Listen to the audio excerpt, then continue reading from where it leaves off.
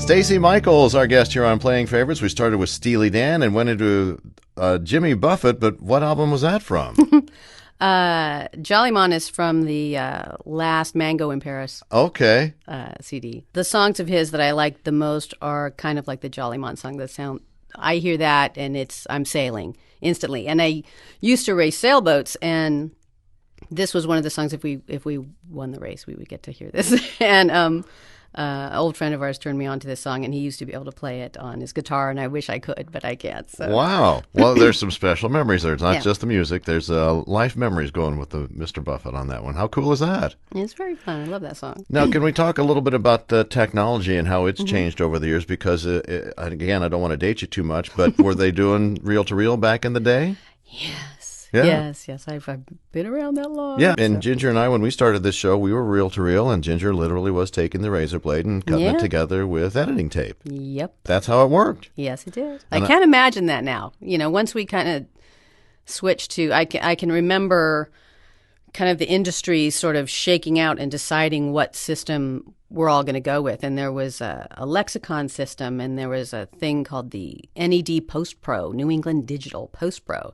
There's the audiophile system, and that became the Fairlight system. And then there was Sound Logic and Opus. And gosh, there's probably two more. Mm-hmm. And so every place I worked had a different system. So it was learning so many. And then slowly Pro Tools became the standard.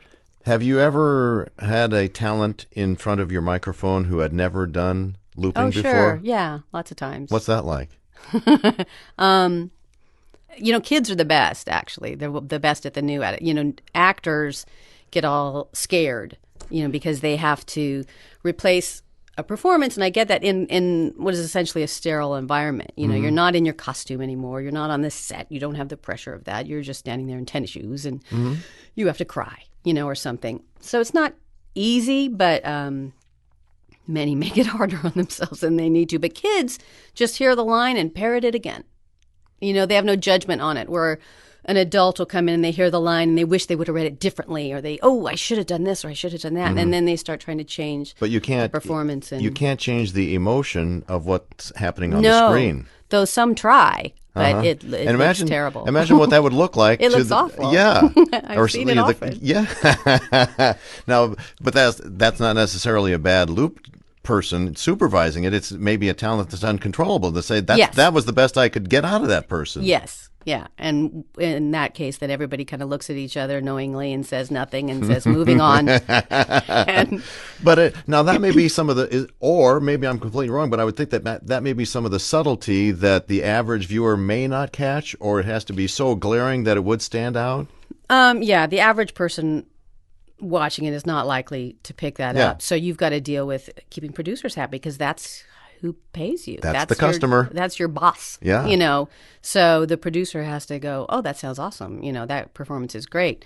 The average person probably is not going to tell the difference. It goes by so quickly. They should be caught up in the story, not how this person said one line or another.